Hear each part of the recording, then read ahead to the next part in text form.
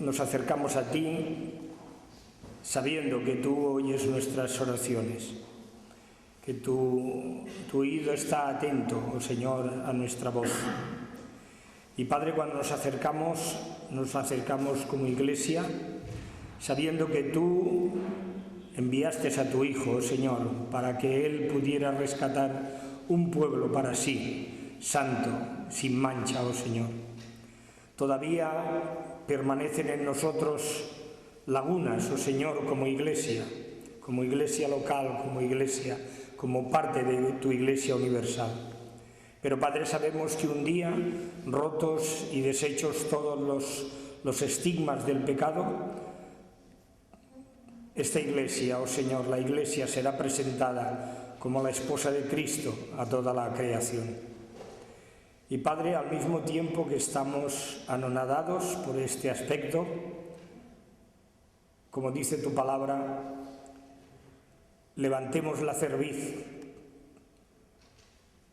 Quizás, oh Señor, sería el único signo de orgullo, pero que no es orgullo, sino que en aquel día habrá llegado el momento en que tu pueblo será vindicado. Y Padre, esto es un gozo, es una alegría. Pero queremos pedirte que aquí, ahora y en este tiempo, nuestras vidas te glorifiquen ya, oh Señor. Realmente seamos un pueblo digno de ti, digno de esa nueva creación que has hecho en muchos de los presentes, oh Padre. Queremos pedirte, oh Señor, que nuestra vida, oh Señor, siga ascendiendo en el camino de la santidad. Y si en un momento hay retroceso, ayúdanos a venir al trono de tu gracia, buscando perdón y vindicación. Señor, somos frágiles. Cualquier cosa nos rompe. Cualquier cosa, oh Señor, nos deprime. Pero, Padre, tú nos has llamado a tener gozo y a regocijarnos siempre. Ayúdanos en que en cada situación sea esto una realidad en nuestras vidas. Y queremos también pedirte por tu pueblo, Señor, por tu pueblo en toda la faz de la tierra. Hay lugares en los cuales, oh Señor, nuestros hermanos tienen que llevar su fe a escondidas, huyendo, o como dice la epístola a los hebreos, escondiéndose por las peñas y las cuevas. Y Señor, te queremos pedir por ellos. Te queremos pedir que tú sostengas su fe y que a nosotros que tenemos este privilegio, Padre, queremos pedirte que tú nos ayudes a testificar como pueblo tuyo de lo que has hecho en nuestras vidas y esperas también poder hacer en muchas de las personas que nos rodean. Padre, bendice este culto. Haz que tu palabra realmente nos cautive.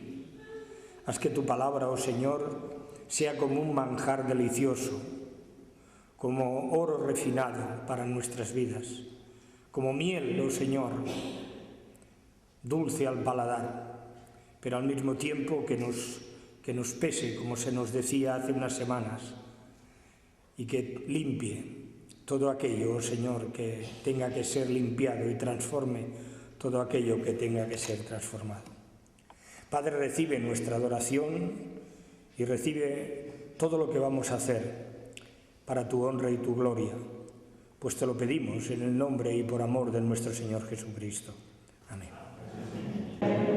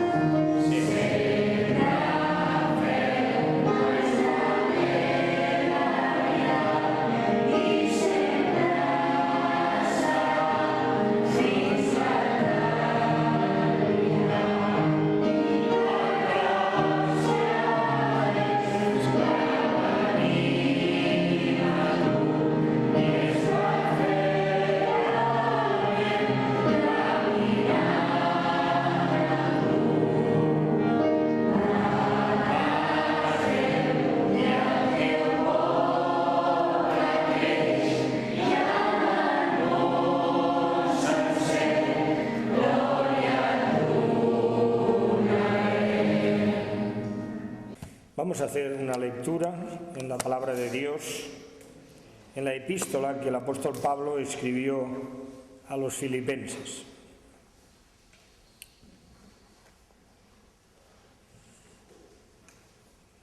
Epístola del apóstol Pablo a los filipenses.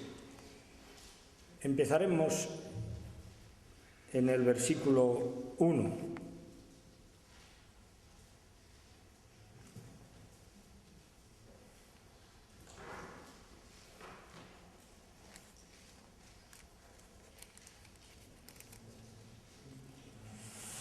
Perdón, vamos a empezar en el 19.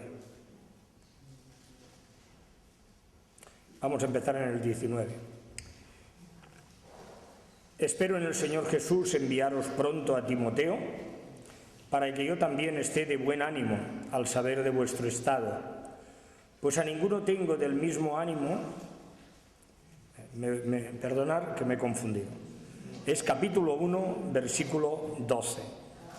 Capítulo 1, versículo 12. No, estaba leyendo capítulo 2, versículo 12, no, es 1, 12. 1, 12, perdón,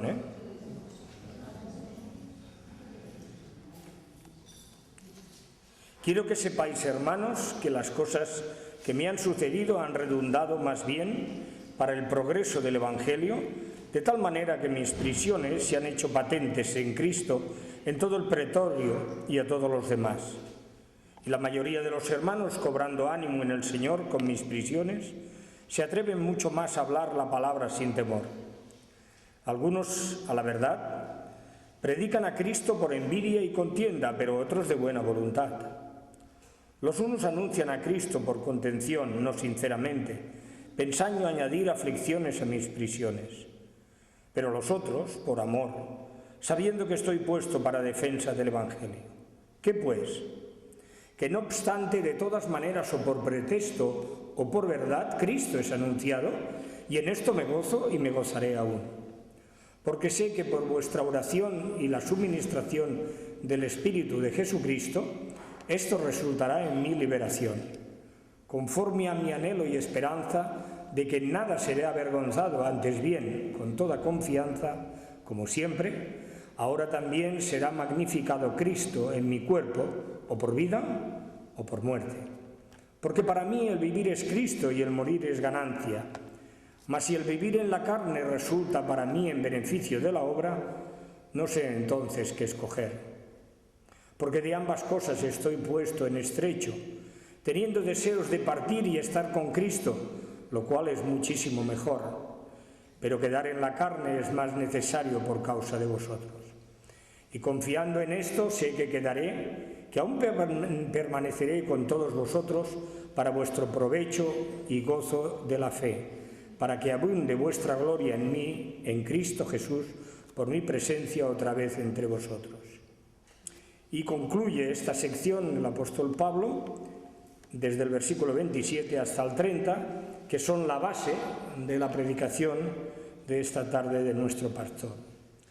Solamente que os comportéis como es digno del Evangelio, para que, o sea que vaya a veros o que esté ausente, oiga de vosotros que estáis firmes en un mismo espíritu, combatiendo unánimes por la fe del Evangelio, y en nada intimidados por los que se oponen, que para ellos ciertamente es indicio de perdición, mas para vosotros de salvación, y esto de Dios, porque a vosotros os es concedido a causa de Cristo no solo que creáis en Él, sino también que padezcáis por Él, teniendo el mismo conflicto que habéis visto en mí, y ahora oís que hay en mí.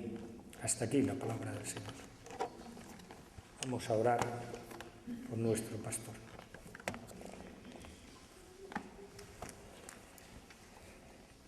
Hemos cantado, Señor, habla cuando venimos a ti. Queremos escuchar tu voz. Y cuando tú hablas, oh Dios, tu pueblo crece. Y te damos gracias por tus siervos, oh Señor, y especialmente por José. Haz que tu palabra, a través de él, sea como bálsamo para nuestro espíritu, como consuelo para nuestra alma y como savia para nuestro corazón. Señor, bendícelo, porque te lo pedimos todo, en el nombre y por amor de Jesús. Amén.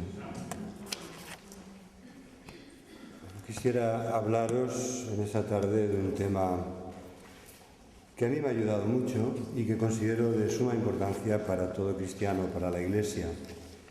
¿Se puede ser cristiano sin asistir a la Iglesia? ¿Se puede ser cristiano, por ejemplo, hoy en día, con tantos avances, mirando predicaciones por Internet, ¿no? Viendo cultos por Internet, los que más nos gustan? Algunos tienen un concepto de su vida como cristianos como el de Robinson Crusoe, están solos. Ellos intentan sobrevivir espiritualmente, son como aquella película de Tom Cruise, ¿no? de Tom Hanks, Náufrago, que le habla a esa pelota que al final, como no tiene con quién hablar, pues se busca un amigo y tiene que comunicarse con él. Claro, debe ser durísimo, meses y meses sin ver a nadie, sin hablar con nadie, sin comunicarte a un nivel profundo. Este es el plan de Dios para el cristiano. Realmente la vida monástica, es decir, aquella especie de conventos en los que las personas se aíslan del mundo y a veces se aíslan unos de otros también dentro de ese mismo lugar para hacer voto de silencio y no hay comunicación, ese es el plan de Dios realmente para sus hijos. Yo estoy convencido de que no, de que la Iglesia, como la familia, tiene muchísima importancia. La Iglesia es como la familia en el plano espiritual, como la familia en nuestra vida, como seres humanos, ¿no? Haber tenido padre, madre, hermanos, si los hemos tenido y si los hemos podido disfrutar, pues ha enriquecido nuestra vida de buenas experiencias. Así que a esta pregunta, si es posible ser cristiano sin Iglesia, yo he encontrado una serie de respuestas que me han hecho pensar. Dice, sí, es posible. Es algo así como un estudiante que no va a la escuela, o como un soldado que ha desertado de su ejército y va por libre, como un ciudadano que nunca vota ni paga sus impuestos, como un vendedor que no tiene quien le compre nada, como un explorador que no tiene campamento base, como un capitán de navío, de barco, sin tripulación, como un hombre de negocios en una isla desierta, como un autor, como un escritor que no tiene quien le lea, como una tuba o un trombón sin orquesta, que solo puede hacer sonar su instrumento, como un padre sin familia, como un futbolista sin equipo, o como un político al que nadie le sigue, o como un científico que nunca comparte lo que ha descubierto. Realmente es como una oveja sin panal, que no forma parte de su colmena. Tiene mucho de razón este planteamiento de contrastes para, por una parte, reconocer sí es posible, hay cristianos equivocados que viven así, pero qué pena que hayan caído en este error y que quieran vivir así, con lo enriquecedora que sería su experiencia de la vida de Iglesia, de la vida de formar parte y disfrutar de la familia de Dios, que es la Iglesia, en la que Él es nuestro Padre y los unos somos hermanos los unos de los otros. Así que con este pensamiento en mente vamos a comentar los versículos 27 al 30, en los que encontramos una serie de principios muy importantes para la vida cristiana. Solamente, dice Pablo, después de habernos dicho muchas cosas que tienen que ver con el Evangelio, lo hemos estado viendo en el culto de oración y nos quedamos aquí, y he pensado que sería bueno compartirlo con toda la Iglesia, porque Pablo, llegado a este punto culminante, dice, solamente, por favor, es como si dijera, por favor, prestad atención, solamente una cosa, que os comportéis como es digno de vuestra vocación, como es digno del Evangelio de Cristo, de este Evangelio que habéis abrazado con todo el corazón. ¿Vale? Este solamente es mucho, no es una pequeña cosa. Yo creo que cuando las cosas se ponen complicadas, llega un momento que Si tú mismo o los demás apelan a tu dignidad, están apelando a lo más grande, están apelando a lo más fuerte. Porque yo no sé vosotros, pero yo no quisiera perder mi dignidad. No quisiera perder de vista que mi comportamiento tiene que ver con lo que soy como hijo de Dios, y no quisiera nunca comportarme de forma indigna de un hijo de Dios. Eso es muy importante. ¿Verdad? A veces se apela a la dignidad y estamos realmente en el filo de la navaja.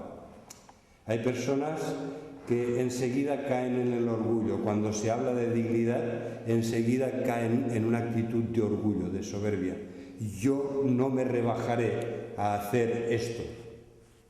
No es en absoluto lo que yo os estoy diciendo. Lo que yo os estoy diciendo es que si somos hijos de Dios, que lo somos, porque hemos abrazado el Evangelio y hemos recibido el Espíritu de Cristo, nuestra vida debe ser digna del Evangelio que creemos y que hemos abrazado con todo nuestro corazón. Y que apelar a eso es muy fuerte. Es como pedirle a los hijos de las dinastías reales de Europa que se comporten de mala manera y que se olviden de que son los hijos del rey. ¿Verdad? Todos sabemos lo que ha llegado a sufrir la corona española debido a los escándalos que han habido. Todos sabemos también lo grave que fue la situación en la corona inglesa, de las más antiguas de Europa, ¿no? Con 1000 años de trayectoria. A veces tú los ves hacer ceremonias que dices, pero todavía estamos ahí con los carruajes, los lacayos, los perros, todas esas formalidades. Y dices, eso ya no toca, ¿verdad? Sinceramente, esta es mi impresión delante de esta situación. Pero ¿sabéis lo mucho que llegaron a sufrir cuando no sintonizaron con la pena de su nación por la muerte de Lady Diana? Y la corona se mantuvo en esa encorsetada dignidad de que no podían hacer ciertas cosas, de que no podían rebajarse a ciertas actitudes, de que no podían poner una bandera a media asta como símbolo de duelo, porque nunca se había hecho, y todo eso estaba siendo las semillas de un malestar creciente que hubiera llevado a un descrédito enorme de la corona.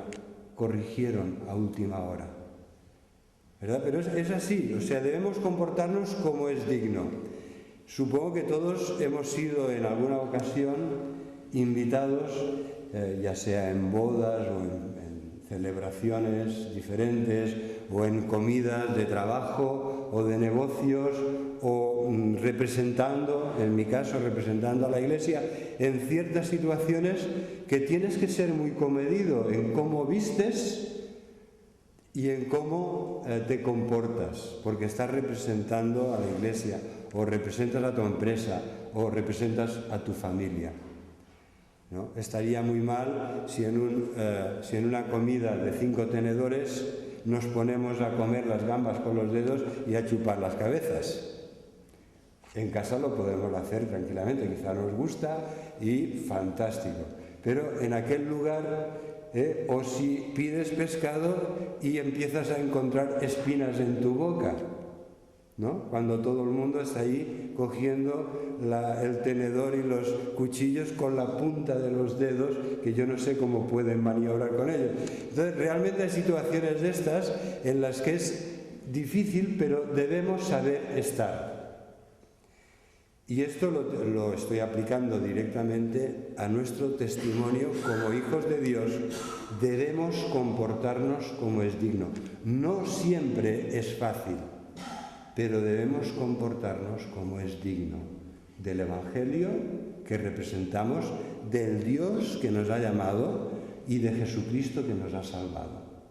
Debemos podernos siempre comportar con la dignidad de los que se saben objeto de la gracia de Dios, del amor y del favor divino, y por lo tanto, conscientes de este privilegio, debemos actuar en amor, en dignidad y en santidad. No podemos revolcarnos en el fango, ¿no? A veces la Escritura utiliza esa expresión. Algunos cristianos son como el perro que vuelve a su vómito o como el cerdo que una vez lo han lavado vuelve a revolcarse en el cieno. Y eso debemos evitarlo por completo. El Señor nos ha purificado de nuestros pecados y nuestra vida debe ser digna. En el buen sentido, como dice aquí el apóstol Pablo, que os comportéis como es digno del Evangelio de Cristo. Y ahora veremos un poco más en detalle, veremos 3 principios a tener en cuenta para saber cómo debemos comportarnos dignamente. Pablo les dice que él quisiera, ya está prisionero Pablo, y no sabe si les volverá a ver. En ese juicio puede ser que le vaya bien, que lo liberen y que vuelva a tener libertad para visitarles. Pablo está prisionero en Roma, ellos están en el otro extremo de Europa, están en la costa griega, en la ciudad de Filipos, y Pablo no sabe si les va a poder ver, pero dice, sea que pueda venir a veros o no, o que esté ausente, por favor, una cosa sí es importante, que os comportéis como es digno. Que oiga de vosotros que estáis firmes en un mismo espíritu. ¿Vale? Este sería el primer tema. Que os comportéis. ¿Sabéis? Esta palabra comportarse es una palabra que nos habla de ética. Los grandes privilegios también al final conllevan grandes responsabilidades. Y esto es lo que le sucede al cristiano. De ser una persona como las demás, Dios se ha fijado en él, lo ha mirado con amor, lo ha adoptado como hijo suyo en Jesucristo y le ha dado su espíritu. Es hijo del Rey de Reyes, por lo tanto, debe comportarse como tal. Y esa palabra comportarse es una palabra muy significativa que nos habla de la polis griega. La polis griega no es la policía. Los polis sí, aquí son los polis, ¿no? Pero ahí estamos hablando de la ciudad griega. La ciudad griega era el Estado. Fueron los primeros estados democráticos porque cada una de esas ciudades que tenía pues su radio de influencia se regía por sus propios principios políticos y tenía también sus propios organismos parlamentarios.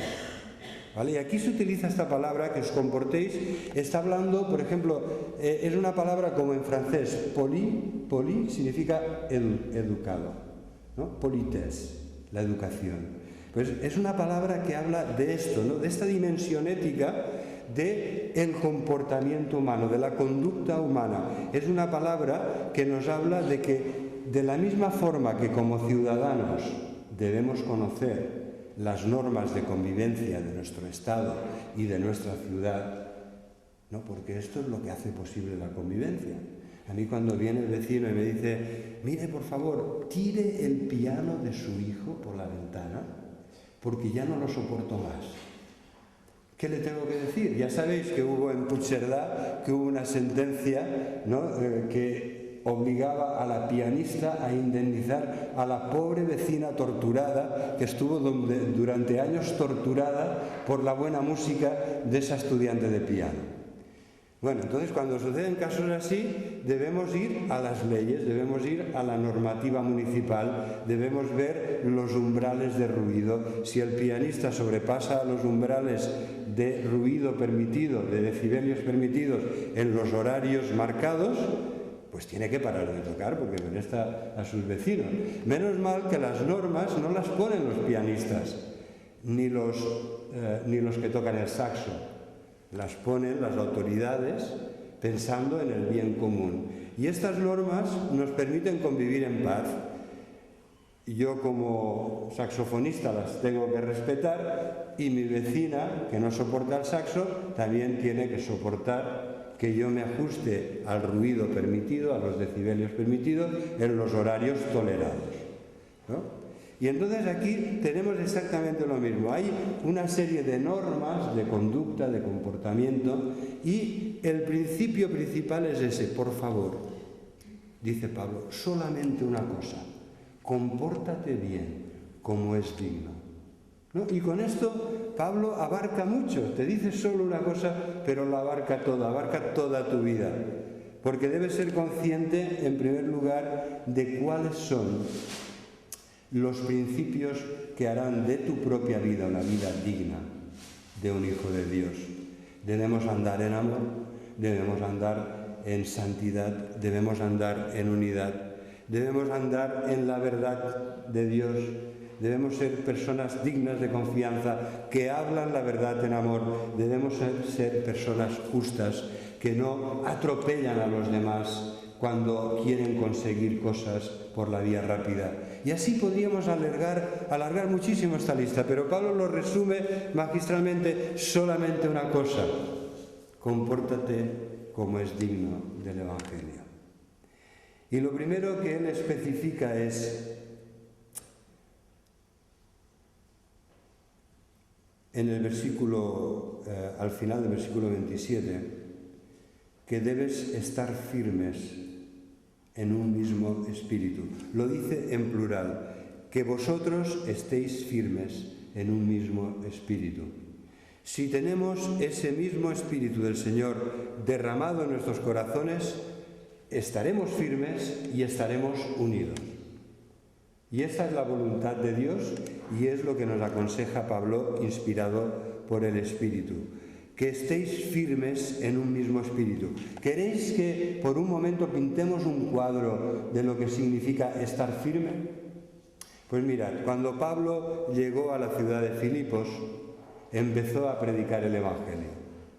Y entonces un día vino una joven que tenía un espíritu de adivinación.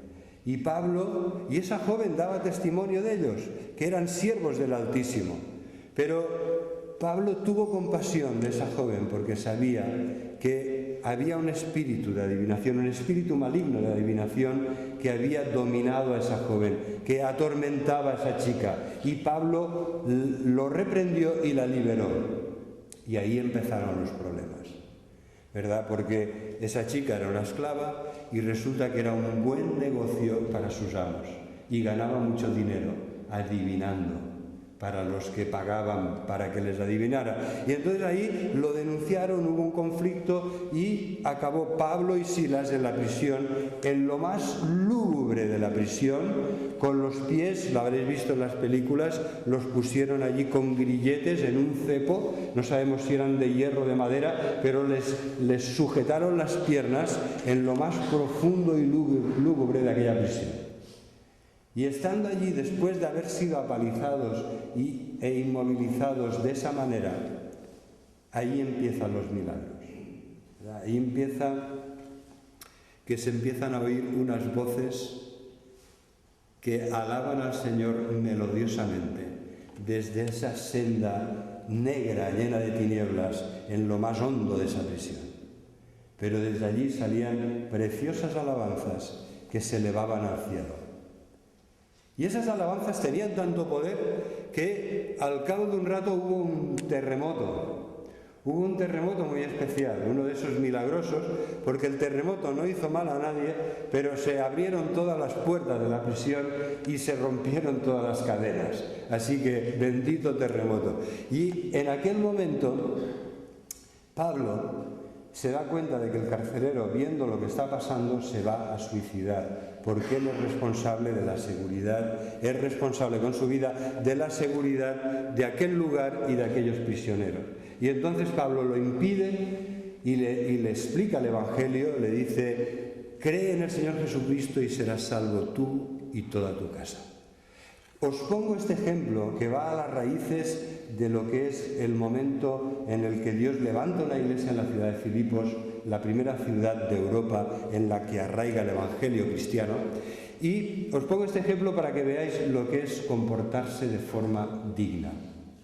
Y ahora os voy a hacer una pregunta. ¿Qué sucedió cuando las autoridades de aquella ciudad, que era una colonia romana, es decir, era una ciudad con un estatus especial que no tenía que pagar impuestos a Roma y no estaba sujeta al gobernador de aquella provincia romana, sino que esa ciudad se regía de forma autónoma por ella misma? ¿Qué hace Pablo cuando llega a oídos de los magistrados y policías que le han puesto en la prisión que él también es ciudadano romano. ¿Qué hace? Exigió que le pidieran disculpas y no quiso marcharse hasta que no se presentaran los gobernadores. Muy bien, exactamente es eso. Entonces, ¿en qué consiste comportarse de forma digna? ¿En reclamar tus derechos? Pues sí, en este caso Pablo, ¿verdad?, actuó con dignidad. No lo hizo egoístamente, no lo hizo soberbia y orgullosamente, pero actuó con dignidad. Es decir, a ellos no les habían juzgado, de entrada les pegaron una terrible paliza y después los pusieron sin juicio en la prisión. Y Pablo dijo: yo soy ciudadano romano como vosotros y no os podéis comportar de esta forma conmigo. Así que voy a exigir mis derechos como ciudadano romano. Yo ahora, porque quiero comportarme de forma digna, no me voy a ir por la puerta de atrás sin que nadie me vea, sino que voy a pedir a las autoridades que se han equivocado que vengan aquí, lo reconozcan y ellas mismas nos piden disculpas y nos liberen. ¿Qué pensáis? ¿Le hizo un favor a la iglesia de Filipos o no? Y tanto. Seguramente Pablo estaba pensando más en la iglesia que en él, porque si él se hubiera ido de allí por la puerta de atrás, la iglesia hubiera quedado a los ojos de la ciudad, hubiera sido fundada, era un grupo sectario fundada por un revolucionario al que lo apalizaron, lo encarcelaron y no se sabe más qué pasó con él. ¿Verdad? De esta forma, Pablo dejó claro que era ciudadano romano, que había hecho las cosas bien y que las autoridades se equivocaron. Demostró también saber perdonar, la cosa no fue a peor, demostró saber perdonar, pero clarificó con dignidad, como es digno, la situación. ¿Verdad? Pero todavía habla más fuerte y más claro de la dignidad de Pablo el hecho de que lo primero que hizo no fue reclamar sus derechos. Lo primero que hizo fue alabar a Dios, porque aún en medio de esas circunstancias tan adversas, aún con el cuerpo apalizado, él encontraba muchos motivos y razones por las que alabar y adorar a su Señor y Salvador. Y eso sí que es un comportamiento digno de un hijo de Dios. Como lo es también después, si es posible y correcto, reclamar nuestros derechos, así como debemos también cumplir nuestras responsabilidades, ¿no? Las dos cosas van juntas. Como ciudadanos debemos cumplir con nuestras responsabilidades, pero también debemos reclamar cuando no se respetan nuestros derechos. Así que tenemos en primer lugar el primer principio de este código que nos indica cómo comportarnos, ¿verdad? Es un pequeño código que todos deberíamos conocer de memoria. Aquí está. ¿Cómo podemos comportarnos como es digno? La Biblia. Este es nuestro manual. No vamos a recurrir a confesiones de fe, Este es nuestro verdadero, inspirado y completo manual. La palabra de Dios. En ella encontraremos todo lo que necesitamos saber para comportarnos de forma digna del Evangelio. Y así lo hacía Pablo. Debemos reconocer todos estos principios y verdades espirituales, nuestras responsabilidades, las promesas que Dios nos da. Todo esto es de suma importancia para que seamos vivos ejemplos, como lo fue Pablo en esa ocasión, para que seamos vivos ejemplos de la gracia de Dios y de un comportamiento digno del Señor que nos ha salvado. ¿Verdad, Pablo? Fijaros, solo para ver un detalle más. Si os fijáis en el versículo 20 de este mismo capítulo, en Filipenses 1:20,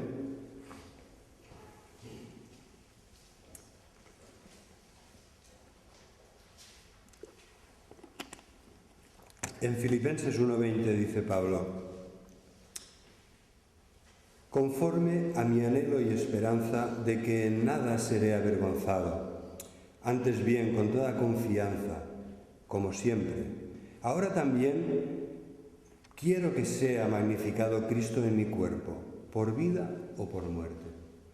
¿Verdad? El comportamiento digno de una persona es, en primer lugar, que no te tengas que avergonzar de ti mismo. Que no hagas ni digas nada de lo que después te tengas que avergonzar.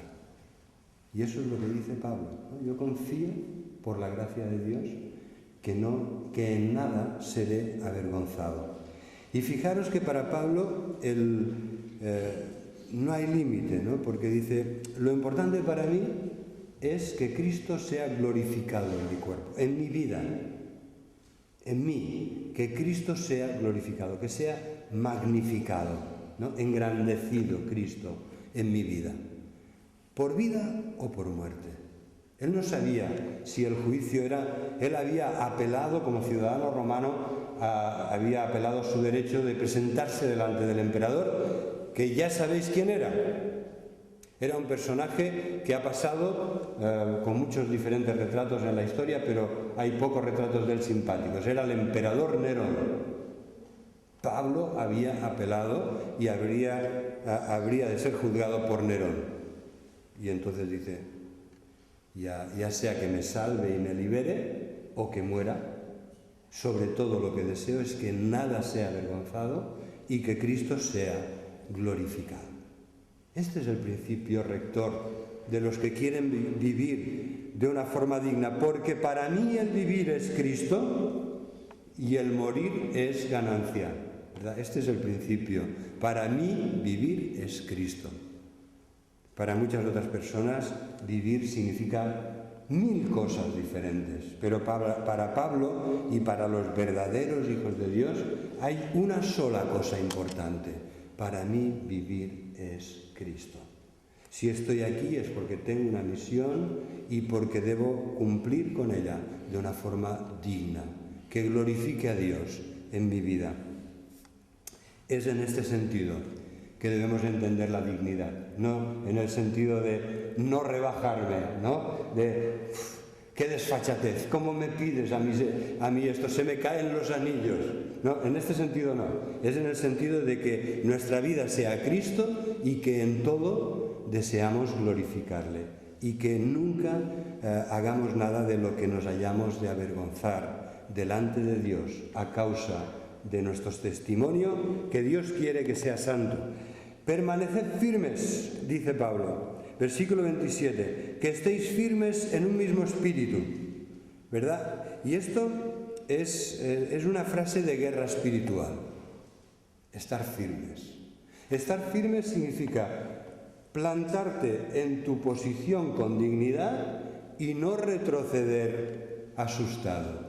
Es como cuando a un ejército le piden que mantenga una posición, que no toquen retirada, que no huyan despavoridos, que se mantengan en su lugar.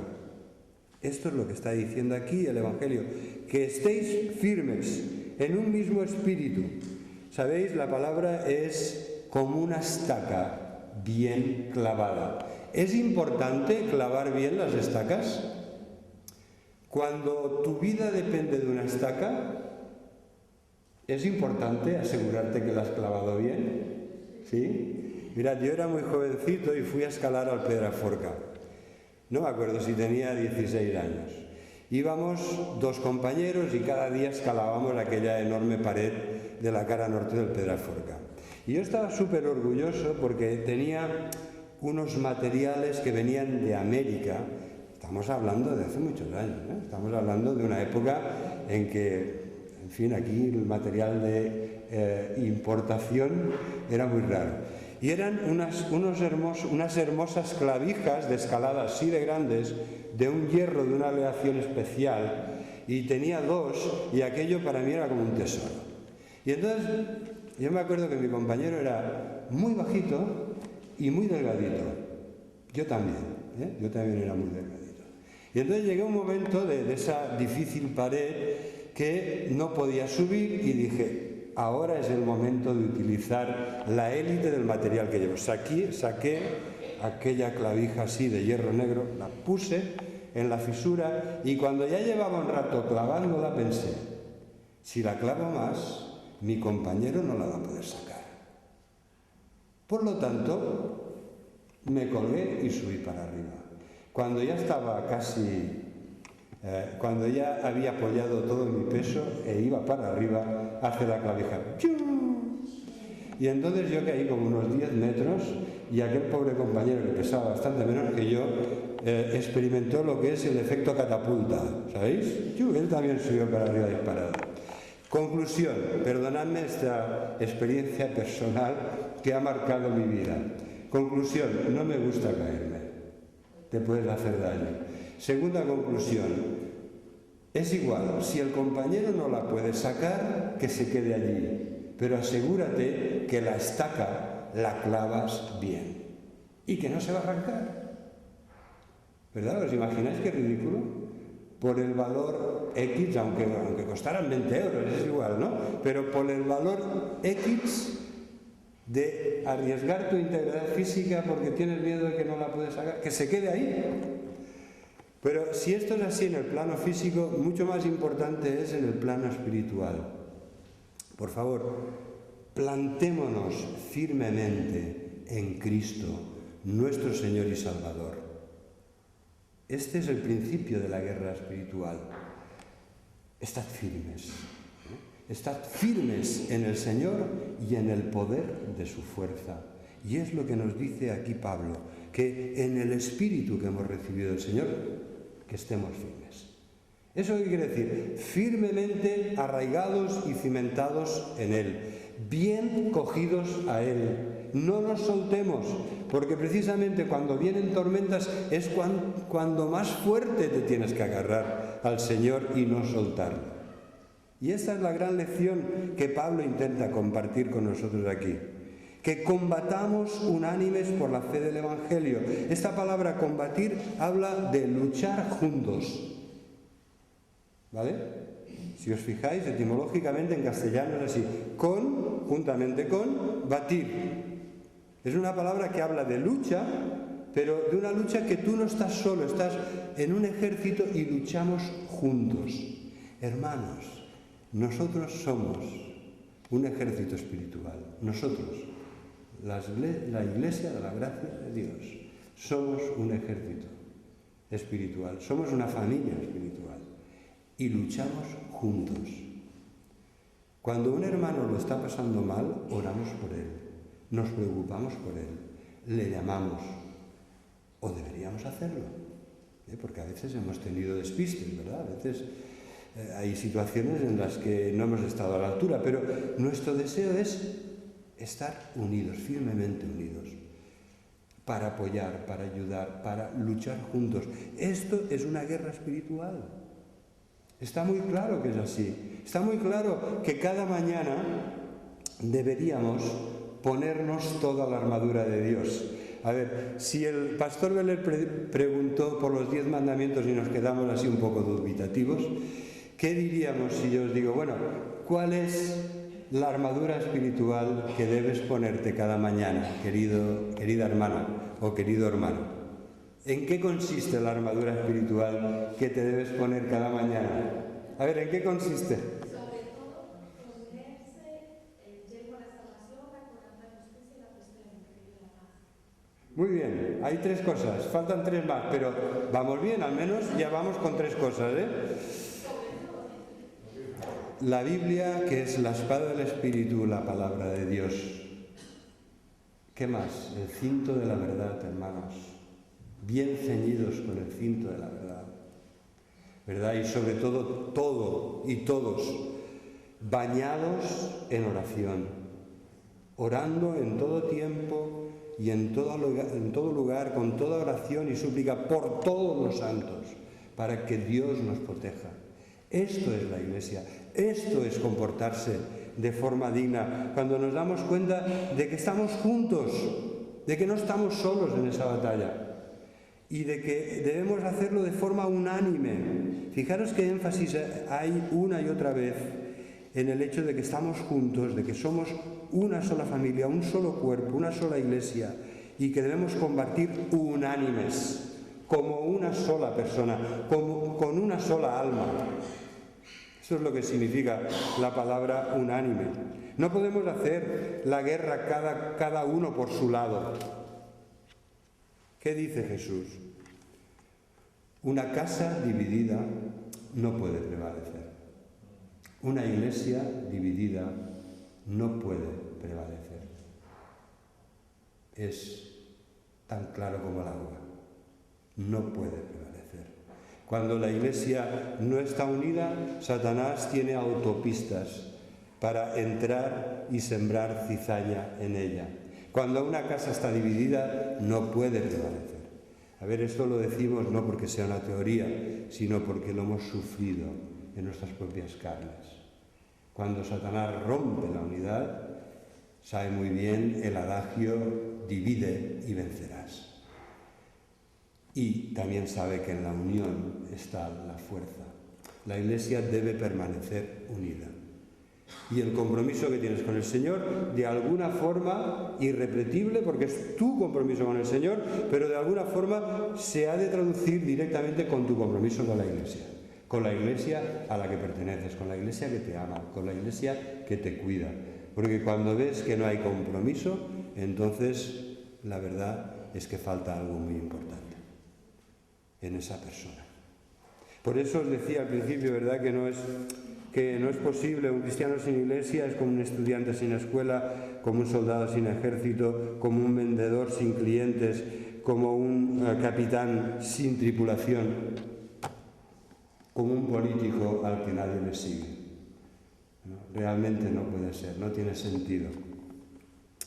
Y lo que el Señor quiere es que, por favor, aquí tendríamos que escribir en letras muy grandes una de las frases bíblicas más repetidas. Son dos palabras: no temas. No temas. ¿Verdad? En nada intimidados por los que se oponen. Hermanos, que es normal que se opongan. Es normal que tengamos oposición. Es normal que nos hagan la zancadilla, es normal, pero que nuestra lucha no es contra carne ni contra sangre, que esas personas que se han puesto en medio, que te han hecho daño, que se han comportado muy mal, que han cometido atropellos, injusticias contra ti, son instrumentos que en aquel momento, esperemos que sea solo en aquellos momentos, han sido instrumentos en manos de Satanás que él ha utilizado para hacerte daño. Y eso es normal, es una de las formas habituales de comportarse de Satanás. Nuestra lucha no es contra sangre y carne, sino contra los principados y potestades, contra las huestes de maldad, contra los espíritus inmundos, contra los demonios que hay detrás de lo que se ve. Ahí está nuestra lucha. Por eso es tan importante que te pongas toda la armadura de Dios, ¿verdad? Empieza con el casco de la salvación, con la coraza de justicia. Nos habíamos olvidado del escudo de la fe, con el que puedes apagar los dardos de fuego del maligno. Ay, si tú vas como un precioso soldado, un gladiador romano, un legionario, y lo llevas todo, pero no llevas el escudo de la fe, cuando pueda Satanás te mandará una flecha encendida directo al corazón. Necesitas el escudo de la fe. Necesitas siempre ir bien ceñido con la verdad de la palabra de Dios y con una vida que honra esa verdad, porque tú también hablas la verdad en amor. Y necesitamos un buen calzado para la batalla, que nos permita estar firmes, que nos permita avanzar rápido cuando sea necesario, ¿verdad? Porque el Señor a veces nos dice: avanzad. Yo estoy deseando oír esa orden aquí en la iglesia: avanzad, que os voy a bendecir, os voy a dar más, voy a ensanchar vuestras tiendas, ¿verdad? Desclavad las estacas porque necesitáis más espacio. Avanzad, ensanchad, abrid. Hermanos, esto es posible, porque si nos fijáramos solo en nuestras propias fuerzas, no. Pero ¿a quién servimos? Se ha acortado el brazo del Señor para hacer milagros, para que el Evangelio, la predicación del Evangelio sea bendecida y haya fruto y fruto abundante. No. danos ánimos. Esta palabra de hoy, de comportarnos como es digno, en unidad, luchando juntos, firmemente anclados y aferrados en Cristo, es un mensaje de ánimo. No temas, no temas, no estás solo. En tu ejército hay un gran capitán, hay un gran general, es el jinete del caballo blanco que lleva en su ropa el mensaje. Las vestiduras blancas manchadas de su propia sangre llevan un mensaje muy claro. Jesucristo es Rey de reyes y Señor de señores. A Él servimos, al que venció en la cruz. Y no nos extrañemos de que haya oposición. No temamos, no temamos. ¿Verdad? El Señor nos dice, mira, es que yo te he concedido no solo que creas, sino también que sufras por el Evangelio. ¿Verdad? Aquí sí que he tocado un tema delicado. ¿Sufrir? Pastor, hábleme de esto en otra ocasión, ¿verdad? Que hoy ya se ha hecho tarde. Vamos a hablar de esto en otra ocasión. Bueno, sí, la verdad es que se ha hecho muy tarde y lo vamos a posponer, pero queda muy claro el mensaje bíblico, que no solo se nos ha concedido creer, sino también sufrir a causa del Evangelio y a causa para la gloria de nuestro Señor Jesucristo. Y cuando Pedro y Juan son apresados y son intimidados, les amenazan y les dicen, no habléis nunca a nadie más el mensaje del Evangelio y no les comuniquéis que Cristo ha resucitado, ellos que dicen, lo siento, pero es necesario que obedezcamos a Dios antes que a vosotros, hombres. Y esta es nuestra actitud. Es así como se comporta dignamente un cristiano. Porque a ellos, después de las amenazas, les apalizaron, les azotaron. ¿Y cómo salían, hermanos? ¿Cómo salían? Su mensaje era diáfanamente claro. Salían llenos de gozo porque habían sido tenidos por dignos de sufrir a causa de su Señor y Salvador. Para mí, el vivir es Cristo y el morir es ganancia. Así debemos vivir y así debemos comportarnos. Que el Señor os bendiga.